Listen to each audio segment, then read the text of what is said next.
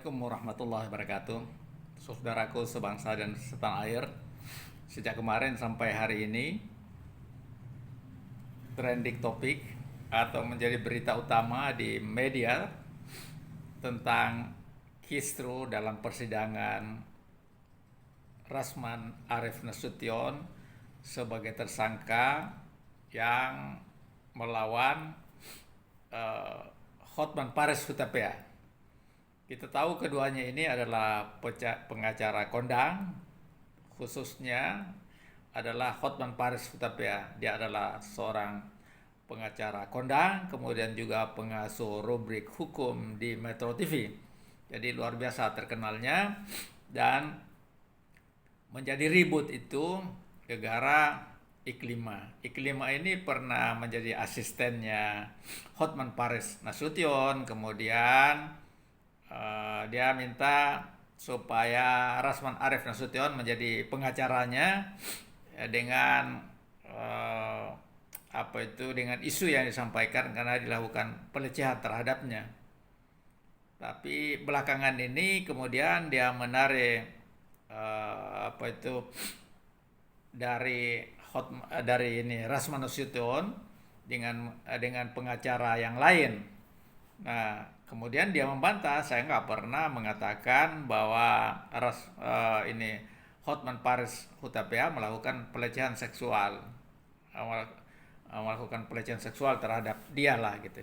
Dan akhirnya kasus ini bergulir ya, karena Hotman melaporkan Rasman Arif Nasution ke Barreskrim, dan kemudian dari sinilah semula dilakukan mediasi, tetapi kemudian tidak tercapai kata sepakat dalam mediasi. Bahkan menurut pengacara Iklima nyaris terjadi cakar-cakaran ketika terjadi mediasi. Kemudian dilakukan pendalaman ya terhadap laporan Rasman ini, dan kemudian Rasman dijadikan tersangka dalam kasus bukan tindak pidana susila, tetapi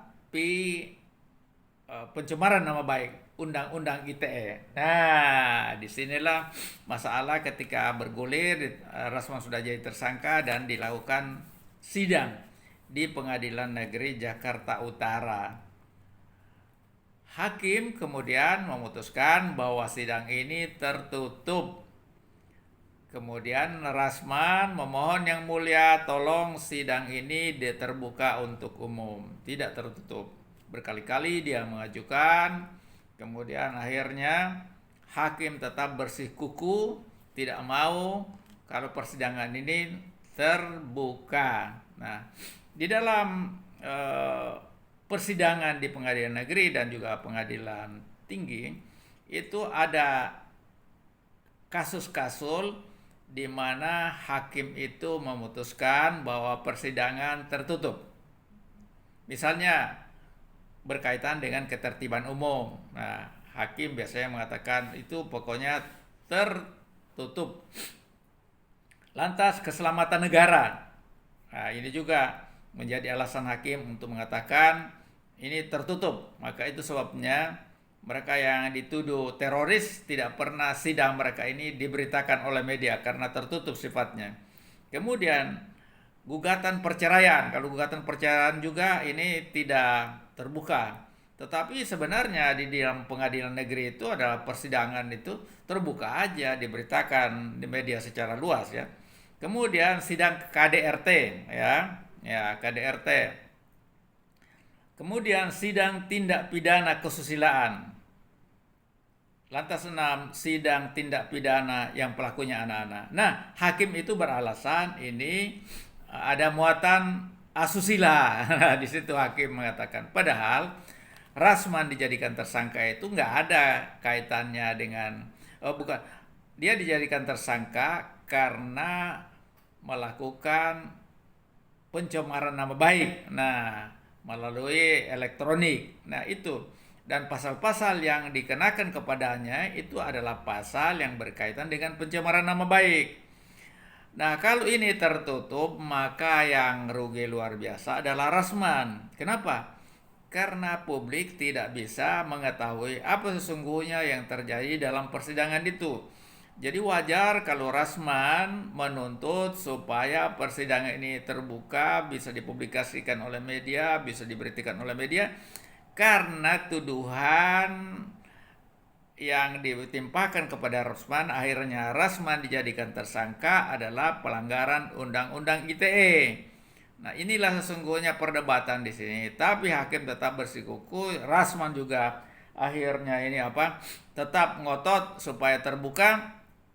Nah, kemudian hakim itu men-skor persidangan. Nah, setelah persidangan itu diskor, kemudian hakim keluar, maka Rasman mendekati Hotman Paris Hutapea. Ya, namanya sama-sama orang Medan ya.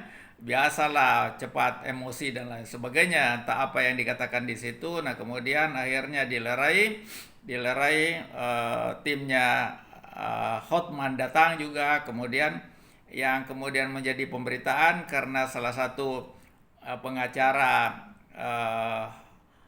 Rasman Arif Nasution itu naik di bangku. Tapi ini sudah selesai, tidak ada persidangan.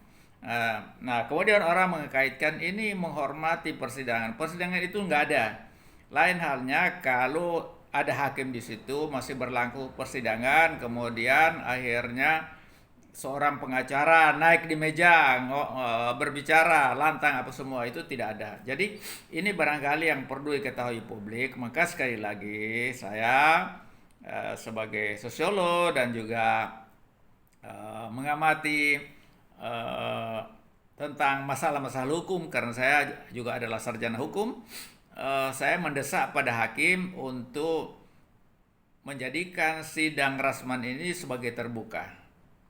Kalau hakimnya tetap ngotot, maka saya meminta dengan hormat yang mulia Kepala Pengadilan Negeri Jakarta Utara untuk mengganti